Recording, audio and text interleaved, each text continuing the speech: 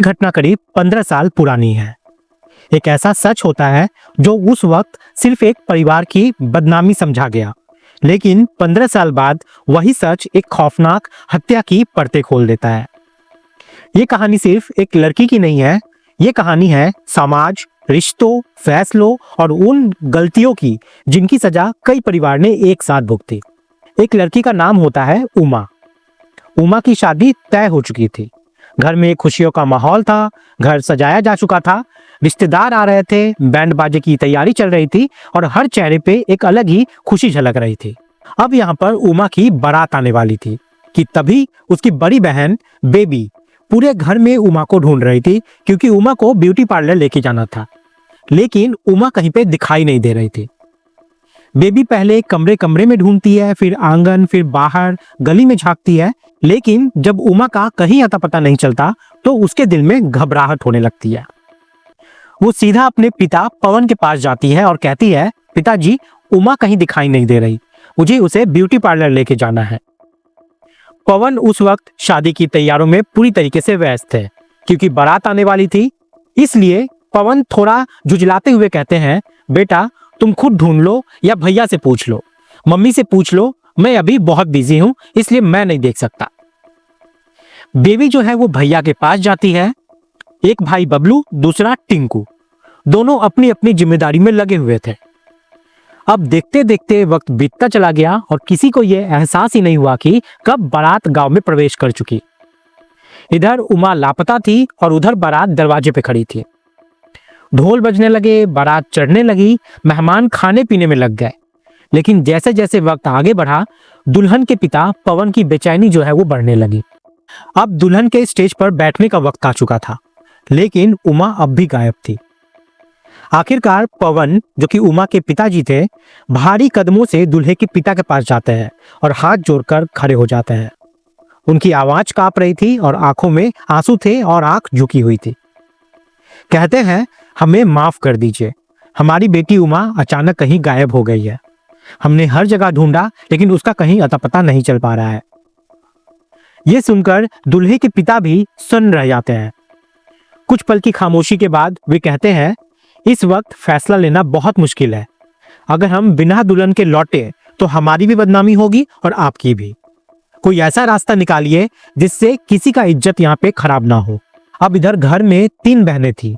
उमा सबसे छोटी थी और बड़ी बहन की शादी पहले ही हो चुकी थी। इसी बीच दुल्हन के मामा सामने आते हैं और वो एक बहुत बड़ा फैसला लेते हैं। वो कहते हैं, अगर आप लोगों को ऐतराज ना हो तो मैं अपनी बेटी की शादी आपके बेटे से करवा देता हूँ। और कुछ इस तरह इस दुख और दबाव के माहौल में एक कठोर फैसला लिया जाता है। मामा की बेटी को दुल्हन बनाकर उस दूल्हे के साथ विदा कर दिया जाता है। शादी तो हो जाती है, लेकिन खुशियां नहीं आती। ये बात अब आग की तरह पूरे गांव में फैल जाती है। रिश्तेदार, पड़ोसी, हर कोई इसके बारे में बात करने लगता है। और उसी रात उमा के पिता पवन और उसके दोनों भाई बबलू और टिंकू एक कसम खाते हैं, अगर उमा इस घर में, इस घर की दहलीज पे कभी भी कदम रखेगी तो उससे बुरा कोई नहीं होगा। आज के बाद उसका हमारे घर से, हमारे नाम से, हमारे रिश्ते से कोई लेना देना नहीं है। अब वक्त धीरे धीरे आगे बढ़ जाता है और कुछ इस तरीके से 15 साल बीत जाते हैं और साल आता है 2025। एक दिन हरियाणा पुलिस अचानक से उमा के घर पहुंचती है। पुलिस पूछती है, क्या आप उमा के परिवार वाले हो? और ये कहते हुए उमा के घर वालों से बातचीत होनी शुरू हो जाती है। फिर पुलिस एक कपड़ा खोलती है और उसमें एक इंसानी खोपड़ी होती है। फिर पुलिस बताती है, उमा अब इस दुनिया में नहीं रही। अब ये देखकर पूरे घर में सन्नाटा छा जाता है। लेकिन परिवार वाले कहते हैं कि हमने उसे 15 साल पहले ही उससे सारा रिश्ता तोड़ लिया था, अब हमारा उससे कोई लेना देना नहीं। गांव वालों और रिश्तेदारों के कहने पर इंसानियत के नाते उमा के सिर का अंतिम संस्कार कर दिया जाता है। लेकिन ये कहानी यहीं खत्म नहीं होती। ये कहानी सोशल मीडिया पर बहुत तेजी से वायरल होने लगती है। सवाल उठता है कि उमा की हत्या किसने की, क्यों की और कैसे की। अब ये कहानी हमें ले जाती है हरियाणा के यमुनानगर जिले और थाना प्रतापनगर, गांव बहादुरपुर। 7 दिसंबर 2025 की दोपहर करीब 12:30 बजे एक व्यक्ति विजय नर्सरी देखने गया था। अचानक उसकी नजर खेत में पड़ती है एक लाश पर। वो लाश बिना सिर के थी, कपड़े नहीं थे और देखकर साफ था कि वो किसी एक महिला का शव है। अब विजय यहाँ पर डरता जरूर है, लेकिन हिम्मत करके खेत के मालिक परमजीत को फोन करता है। दोनों मौके पर पहुंचते हैं और तुरंत पुलिस को सूचना दी जाती है। पुलिस आती है, फॉरेंसिक टीम आती है, डॉग स्क्वाड, वरिष्ठ अधिकारी सब मौके पर पहुंचते हैं, लेकिन शव की पहचान नहीं हो पाती। अब शव का जो था वो पोस्टमार्टम होता है और 72 घंटे इंतजार किया जाता है, लेकिन शव का कोई दावा करने कोई नहीं आता। आखिरकार सेवा समिति के माध्यम से धर का अंतिम संस्कार कर दिया जाता है, लेकिन एसपी कमलदीप गोयल इस मामले को छोड़ते नहीं है। इसे एक ब्लाइंड मर्डर घोषित किया जाता है। फिर 500 से ज्यादा सीसीटीवी कैमरे को खंगाला जाता है और इसी जांच में एक संदिग्ध गाड़ी नजर आती है। गाड़ी का नंबर उत्तर प्रदेश का होता है और यहाँ एक नाम सामने आता है, बिलाल। 13 दिसंबर 2025 को पुलिस बिलाल को गिरफ्तार करती है उसके घर से, और उसी दिन उसके घर में उसकी बहन की शादी की तैयारी भी चल रही थी।